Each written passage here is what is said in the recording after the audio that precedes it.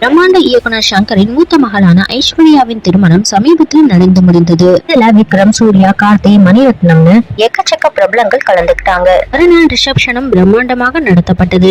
அதுலயும் சினிமா நட்சத்திரங்கள் சூழ ஆட்டம் பாட்டம்னு களை கட்டியது. இந்த ரிசப்ஷன் நிகழ்ச்சியில் நடிகை ஷாலினி தன்னுடைய மகன் மற்றும் மகளோட கலந்துக்கிட்டாங்க. அதே போல விஜய் மனைவி சங்கீதாவும் கலந்துகிட்ட புகைப்படங்கள் இணையத்துல வெளியாகி வைரலாச்சு. விஜயை பிரிந்து மும்பையில் சங்கீதா இருந்து வருவதாக ஒரு செய்தி ஏற்கனவே வெளியாயிட்டு இருக்கு.